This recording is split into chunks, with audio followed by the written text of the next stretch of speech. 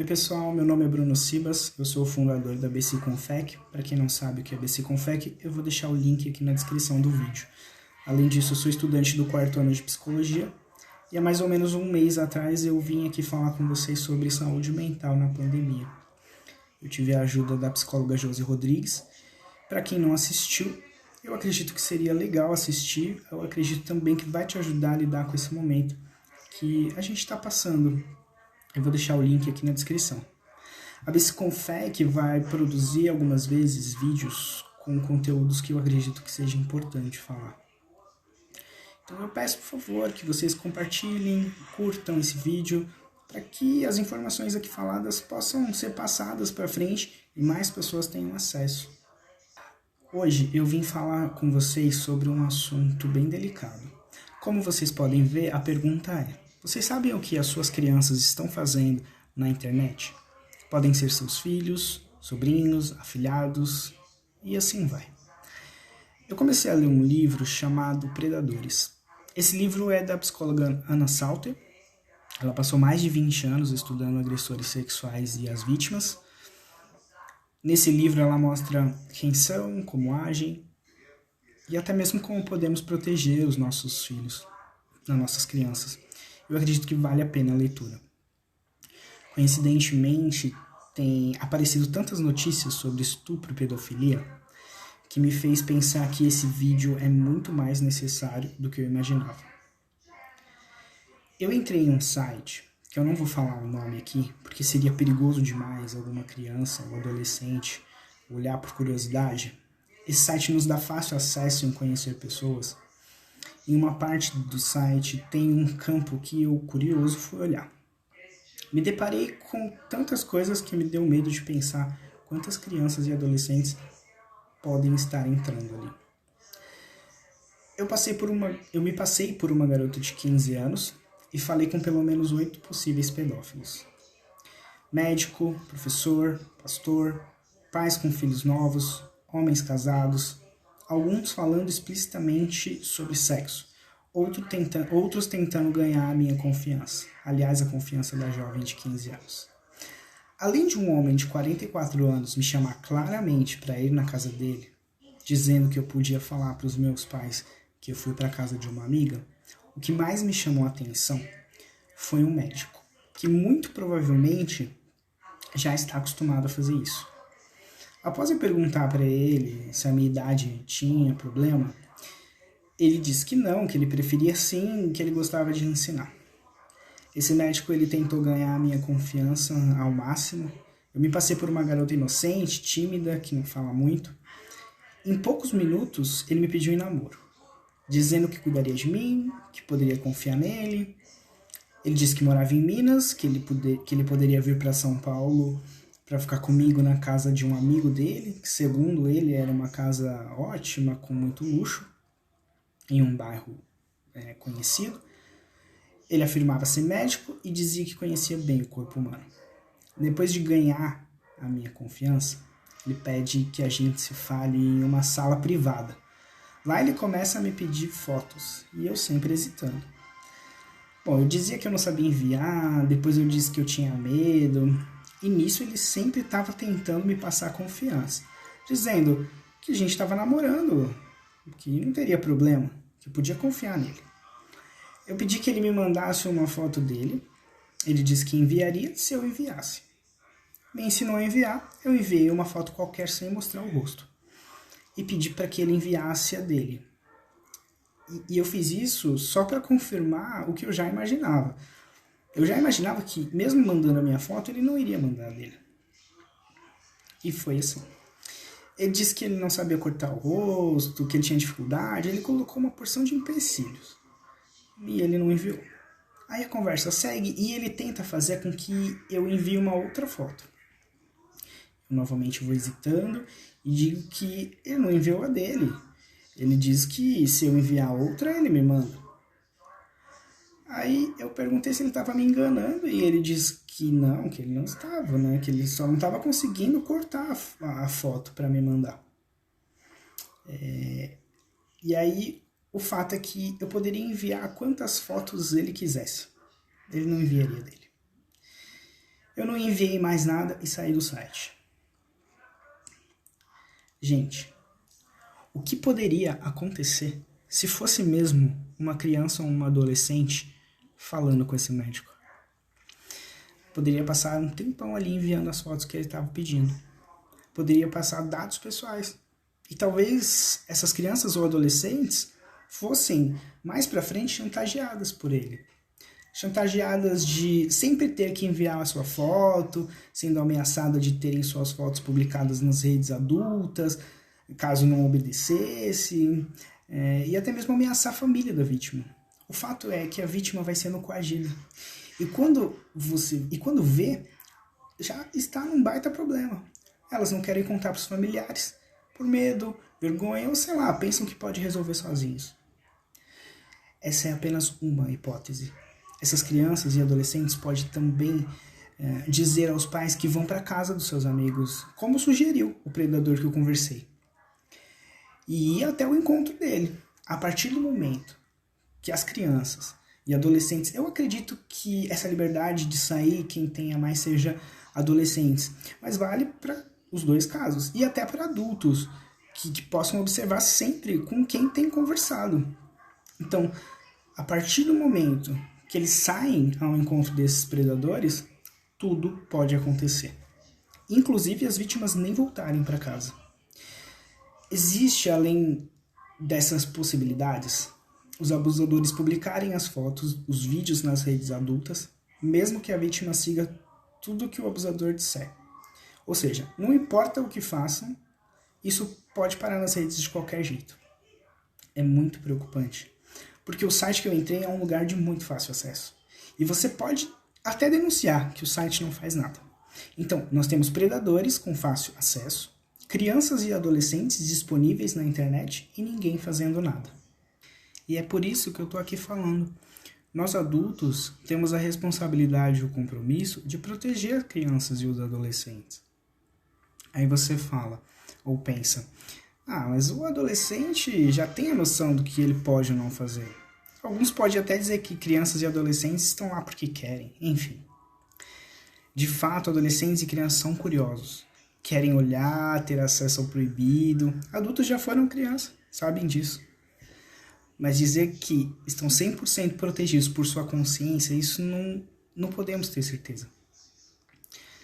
Agora, na pandemia, muitos pais estão trabalhando em casa e para que seus filhos fiquem quietos, deixam eles no computador, celular, sem saber o que eles estão fazendo. Dia 10 agora, de agosto, surgiu a seguinte notícia. Polícia prende homem suspeito de estuprar 10 mulheres após oferecer vaga de emprego em São Paulo. Lembra um pouco até o Maníaco do Parque. Gente, a notícia é: suspeito de estuprar 10 mulheres. Não 10 crianças. Afinal, crianças não trabalham, pelo menos não deveriam. Isso significa que até adultos são enganados. São enganados por esses predadores. Imagina crianças e adolescentes. Predadores estão por todos os lugares, e o que eles sabem fazer de melhor é mentir e enganar. O livro Predadores que eu comentei no começo do vídeo, ele tem um trecho que ele fala assim: se alguém está cometendo crimes sexuais, ele vem mentindo desde o dia que ele começou. Ele se torna um mentiroso com prática. Essa é a profissão deles, eles são bons nisso. Outro ponto que eu quero comentar com vocês é que predadores não têm cara. Aqueles de boa aparência, terno, gravata, podem sim ser predadores. Eu não estou dizendo que eles são, eu estou dizendo que eles podem sim ser. Como eu mencionei no site que eu entrei, tinha médico, pastor, professor. Inclusive o médico que eu conversei dizia ter olhos claros, boa aparência. Voltando alguns meses atrás, no dia 23 de fevereiro, saiu uma reportagem no Fantástico sobre um professor que filmava as alunas na sala de aula. Ele posicionava a câmera dentro de uma caixa cheia de caixinhas de remédio, e que supostamente ele usava para material de estudo. Além de gravar os próprios vídeos na sala de aula filmando as alunas, ele tinha vários vídeos de crianças e adolescentes em poses e atos sexuais no computador. E ele dizia que ele baixava desde 2009. Veja só, um professor que ninguém imaginava. Não estava escrito na testa dele que ele era um predador. Mas ele era. E também ele tem vídeos que baixava desde 2009. Uma das formas desses vídeos pararem na internet pode ser justamente pela forma que eu mencionei assim, um pouco antes. Predadores buscando vítimas na internet, em sites de tão fácil acesso como esse que eu entrei. No dia 4 de agosto de 2020, mostra uma outra reportagem onde a Polícia Federal faz uma operação contra a pedofilia e, segundo a Interpol, um fórum da Deep Web foi usado para publicar cenas de estupro de uma criança de 3 anos e outra de 5 anos. O predador tinha 40 anos e era brasileiro. Na semana passada, dia 14, sendo mais exato, um alemão foi preso no Rio de Janeiro. Ele tinha tipo um estúdio onde tinha brinquedos infantis misturados com objetos eróticos e milhares de vídeos pornográficos. Pelo contexto do local, ele já deve ter abusado das crianças, ou seja, a internet é uma das pontes para os predadores chegarem até as crianças e adolescentes. Mas vale muito lembrar que esses mesmos homens que se apresentam na internet faz parte da vida de alguém. Pode ser o pai, o irmão, o tio, padrinho, padrasto. E pode parecer que não existe, mas existe sim mulheres predadoras. Não tem a mesma quantidade que os homens, mas existe. Então vale a pena lembrar que pode estar perto de você. Vimos aí um caso repercutiu sobre a menina de 10 anos que estava grávida por um estupro e que era estuprada pelo tio desde os 6 anos de idade. E isso leva a olhar para as nossas crianças e ensinar que que limite que o adulto pode ter com elas. Outra coisa muito importante é ouvir as crianças, né? Os adolescentes. Essa criança de 10 anos foi muito corajosa ao declarar que era estuprada desde os 6 anos. Mas muitas outras crianças podem não falar. Ou por não saberem que estão sendo abusadas. Sim, isso pode acontecer. Ou não falar por vergonha, ou por achar que não vão acreditar nela, ou de achar que elas são culpadas. Então, por isso eu friso mais uma vez que devemos ensinar às nossas crianças os limites de até onde o outro pode ir com elas. Ensinar que as crianças que o corpo delas merece respeito. E dar a certeza a essas crianças de que elas podem confiar em nós. Para nos contar. Se elas nos contarem, por mais duvidoso que pareça ser, é melhor a gente escutá-las e investigar. No livro Predadores, da doutora Anna Salter, ela entrevista os predadores e uma das coisas que eles falam é que, além de terem uma vida dupla, se passando por bons homens, que ajudam as pessoas, ganham a confiança de todos, eles mostram que a forma de conseguir dar continuidade no abuso é justamente os pais, os responsáveis, não acreditarem nas crianças e nos adolescentes. Eles dizem assim, eu vou ler para vocês. Eu achava que se eles contassem, suas mães ou pais não iriam acreditar neles. E quando descobria que eles não acreditavam mesmo, voltava para novamente abusar das mesmas crianças e estuprá-las. E aí um pouco mais para frente do livro, ele fala: depois de tantos anos de estupro e abuso sexual, finalmente alcancei um ponto em que eu sentia como se fosse invencível. As crianças gostavam de mim, preocupavam-se comigo.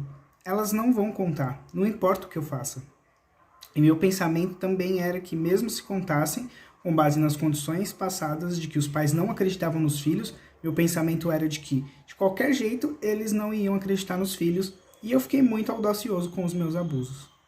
Um pouco mais para frente do livro, ele fala assim: quando uma pessoa como eu quer obter acesso a uma criança, você simplesmente vai. Consegue a criança, abusa dela, há um processo de obter sua amizade e, no meu caso, também obter a amizade da família e sua confiança. Quando você consegue a confiança deles, é então que a criança se torna vulnerável e você pode abusar dela. Outro ponto que o livro chama a atenção é para os profissionais. A doutora conta no livro o caso de um pai que disputava a guarda da filha de 4 anos na justiça. Eu vou contar esse caso rapidamente para vocês perceberem o perigo de um olhar profissional errado. O pai era um homem de negócios, bem-sucedido, boa aparência, e a mãe da criança estava internada em uma unidade de tratamento para usuários de drogas. O tribunal aponta 2 psicólogos independentes para fazer uma recomendação, ou seja, 2 pessoas, como a autora diz no livro, não estão ganhando nem de um lado e nem do outro e que podem solicitar qualquer teste. Aí elas optam por algo chamado avaliação interativa. O que significa isso? Significa que os 2 psicólogos eles observariam como o pai interagia com a filha, buscando sinais de intimidade, ou, de repente, sinais de medo, acreditando que se ele abusou dela, ela vai ficar com medo. E se ela gosta dele, então ele é inocente. Sim, os profissionais se basearam nisso. Um dos avaliadores escreve observações do pai e da filha. Indicam um relacionamento muito feliz, espontâneo e positivo. Ele é o pai. E ele não foi agressivo. Não de uma forma que a criança entenda como agressão. A criança ama o pai e tem um bom relacionamento com ele. Nem sempre a criança vai demonstrar medo na convivência com o abusador. Esse mesmo homem tinha, há muito tempo atrás, se envolvido em um comportamento sexual inapropriado com 3 crianças, da mulher que ele vivia na época. O psicólogo que escreveu isso sabia o que ele tinha feito, mas se deixou levar pela sua aparência, status social, por ele ter dinheiro, mesmo sabendo que esse homem era um abusador de crianças declarado. Os 2 psicólogos recomendaram que a custódia integral fosse dada ao pai. Não se sabe como essa criança ficou depois, como ela se desenvolveu, como ela cresceu. Isso nos leva ao que eu disse anteriormente. Predadores existem e estão em qualquer lugar e pode ter qualquer aparência. Por isso é necessário observar, estar perto, ouvir as crianças. Baseado em tudo o que eu falei, é muito importante o nosso olhar para essas crianças. E os profissionais que possamos ser responsáveis, sejam médicos, psicólogos ou qualquer outro profissional. Até os profissionais podem ser enganados por esses predadores. A gente precisa muito ter a responsabilidade de tratar casos como esse com calma, com um olhar treinado, de profissionais que sabem que o futuro dessas crianças podem depender da nossa palavra. Gente, eu espero que vocês tenham gostado. Eu agradeço pela atenção de vocês. Eu vou deixar o link das matérias, dos casos que eu comentei aqui na descrição do vídeo. Vou deixar também o nome do livro e as páginas que eu usei para exemplificar para vocês. Peço mais uma vez que curtam esse vídeo, compartilhem. Eu espero que muitas pessoas possam ter o olhar do cuidado com os nossos pequenos ativado. Muito obrigado. Mais uma vez, se cuidem.